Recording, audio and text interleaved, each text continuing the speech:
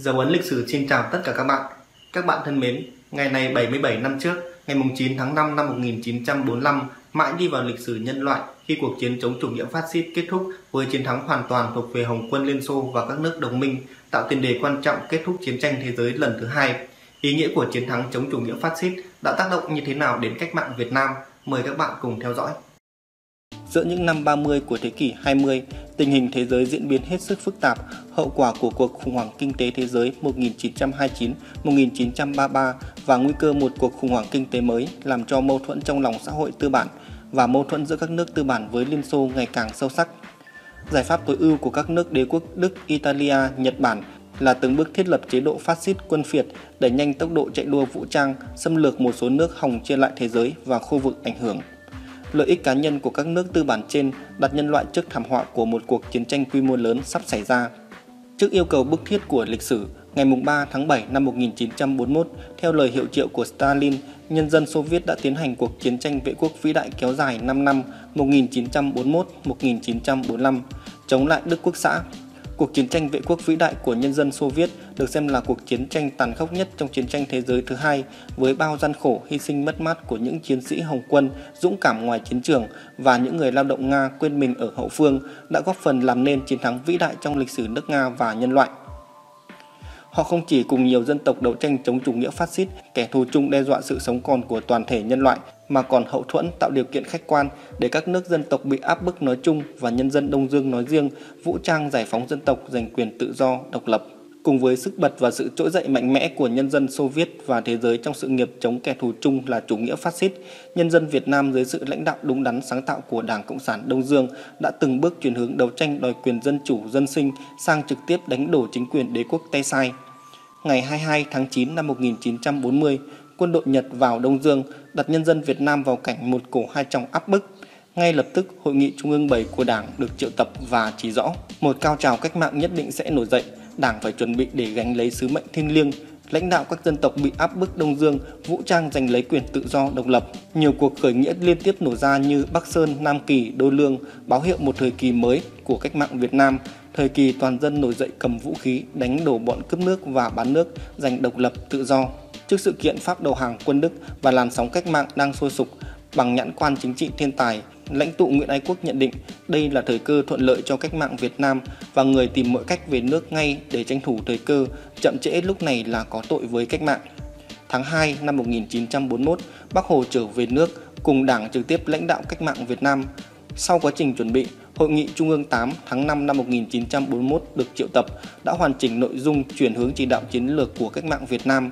đưa nhiệm vụ giải phóng dân tộc lên hàng đầu. Hội nghị đề ra nhiệm vụ gấp rút chuẩn bị lực lượng về mọi mặt và trước thời cơ giành thắng lợi quyết định giải phóng dân tộc. Chuẩn bị khởi nghĩa là nhiệm vụ trung tâm của toàn Đảng, toàn dân. Bên cạnh đó, Hội nghị quyết định thành lập Mặt trận Dân tộc Thống nhất rộng rãi, Mặt trận Việt Minh, tổ chức lực lượng vũ trang huấn luyện quân sự, xây dựng căn cứ địa cách mạng, chủ trương con đường khởi nghĩa vũ trang từng phần tiến tới tổng khởi nghĩa. Từ cuối năm 1942, Hồng quân Liên Xô chuyển sang phản công bằng nhiều trận đánh lớn, giải phóng những vùng đất đai rộng lớn, tạo ra bước ngoặt lớn, giành thế chủ động trên chiến trường. Tháng 10 năm 1944, trong thư gửi đồng bào toàn quốc, lãnh tụ Nguyễn Ái Quốc dự báo: phe xâm lược gần đến ngày bị tiêu diệt, các đồng minh quốc sắp tranh được sự thắng lợi cuối cùng. Cơ hội cho dân tộc ta giải phóng chỉ trong 1 năm hoặc 5 rưỡi nữa, thời gian rất gấp, ta phải làm nhanh. Và người dự đoán sau chiến thắng của quân đồng minh sẽ có sự giải giáp quân Nhật, Pháp sẽ trở lại Đông Dương sau khi quân Nhật đầu hàng. Cuộc khởi nghĩa của chúng ta phải nổ ra giữa thời điểm Nhật đầu hàng, thực dân Pháp chưa kịp quay lại, quân đồng minh chưa kịp đến, ta đứng trên tư thế người chủ mới để làm việc với đồng minh. Đúng như dự báo thiên tài của vị lãnh tụ tối cao của nhân dân Việt Nam và được cụ thể hóa bằng đường lối chủ trương đúng đắn sáng tạo của Đảng Cộng sản Đông Dương đã từng bước tạo thế tạo lực và thời cơ mới, tiền đề vững chắc để nhân dân ta tiến lên tổng khởi nghĩa giành chính quyền khi thời cơ chín muồi.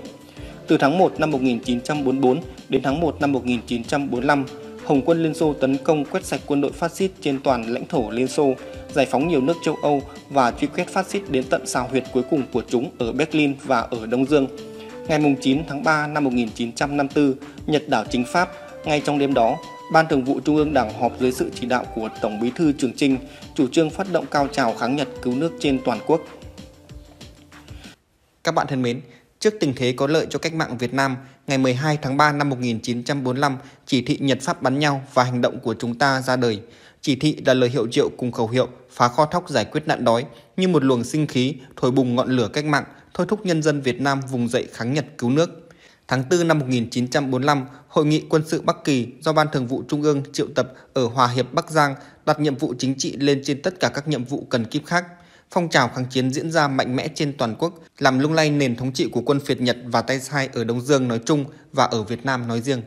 Ngày 30 tháng 4 năm 1945, lá cờ chiến thắng của Hồng quân Liên Xô tung bay trên nóc tòa nhà Quốc hội Đức. Ngày 9 tháng 5 năm 1945, Đức ký biên bản đầu hàng vô điều kiện. Giữ thế chủ động, ngày 8 tháng 8 năm 1945, Liên Xô tuyên chiến với phát xít Nhật và chỉ trong một tuần, quân đội Xô Viết đã tiêu diệt hơn 1 triệu quân Quan Đông ở Đông Bắc Trung Quốc, buộc Nhật đầu hàng không điều kiện, kết thúc chiến tranh thế giới thứ hai. Một trong những thiên anh hùng ca chói lọi nhất được ghi vào lịch sử nước Nga, Xô Viết và nhân loại trong thế kỷ 20, tác động sâu xa đến tiến trình phát triển của lịch sử loài người.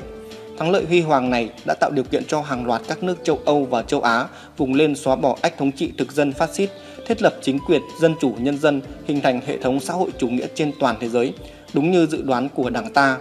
Nếu cuộc chiến tranh thế giới lần trước đã đẻ ra Liên Xô một nước xã hội chủ nghĩa, thì cuộc chiến tranh lần này sẽ đẻ ra nhiều nước xã hội chủ nghĩa, sẽ do đó mà cách mạng nhiều nước thành công. Nắm chắc thời cơ cách mạng và chấp thời cơ từ chiến thắng vĩ đại của Hồng quân Liên Xô, Hội nghị toàn quốc của Đảng họp ở Tân Trào từ ngày 13 đến ngày 15 tháng 8 năm 1945, kêu gọi toàn dân đứng lên tổng khởi nghĩa giành chính quyền trong cả nước. Ngày 16 tháng 8 năm 1945, cũng tại Tân Trào, Đại hội Quốc dân được triệu tập đã tán thành chủ trương tổng khởi nghĩa của Đảng, bầu Ủy ban Dân tộc Giải phóng do đồng chí Hồ Chí Minh làm chủ tịch. Thời cơ ngàn năm có một đã đến, Chủ tịch Hồ Chí Minh gửi thư kêu gọi tổng khởi nghĩa đến quốc dân đồng bào cả nước. Giờ quyết định cho vận mệnh dân tộc ta đã đến, toàn quốc đồng bào hãy đứng lên đem sức ta mà tự giải phóng cho ta. Chúng ta không thể chậm trễ, tiến lên, dưới lá cờ Việt Minh, đồng bào hãy dũng cảm, tiến lên. Đáp lời kêu gọi thiêng liêng của Đảng và Chủ tịch Hồ Chí Minh, 25 triệu đồng bào cả nước với tinh thần đem sức ta mà giải phóng cho ta đã nhất tề vùng lên giành chính quyền về tay nhân dân trong 15 ngày, từ ngày 13 đến ngày 28 tháng 8 năm 1945, chấm dứt sự thống trị gần 100 năm của thực dân và ngàn năm của phong kiến, lập nên nước Việt Nam Dân Chủ Cộng Hòa, mở ra kỷ nguyên độc lập tự do dân tộc và chủ nghĩa xã hội ở Việt Nam.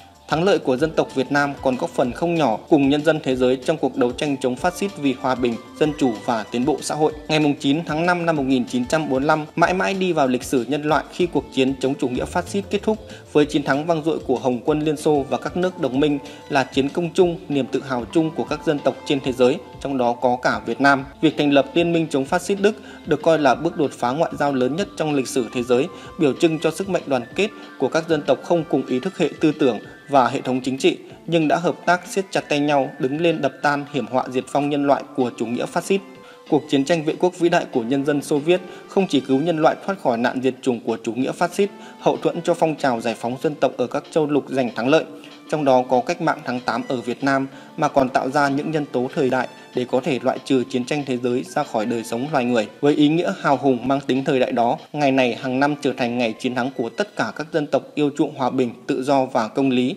ngày tưởng nhớ tri ân những người đã chiến đấu hy sinh vì lý tưởng bảo vệ Tổ quốc. Ngày nay, thế giới đã và đang bước vào thời kỳ hòa bình và phát triển trên nền tảng các mối quan hệ song phương đa phương với mong muốn cùng tồn tại, hòa bình và phát triển. Tuy nhiên, tư tưởng của chủ nghĩa đế quốc cùng với sản phẩm của nó là chủ nghĩa phát xít chưa phải đã hoàn toàn bị diệt vong mà đã biến tướng sang nhiều hình thức khác nhau như chạy đua vũ khí hạt nhân, xung đột vũ trang, tôn giáo, sắc tộc.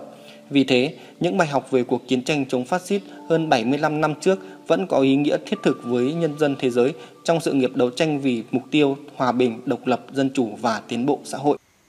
Các bạn thân mến, video ngày hôm nay xin phép được dừng lại tại đây. Các bạn có ý kiến đóng góp, hãy để lại comment bên dưới phần bình luận để dấu ấn lịch sử tiếp thu và hoàn thiện hơn. Nhớ like và đăng ký ủng hộ kênh để tiếp tục theo dõi những thông tin hữu ích về lịch sử. Xin chào và hẹn gặp lại các bạn trong những video tiếp theo.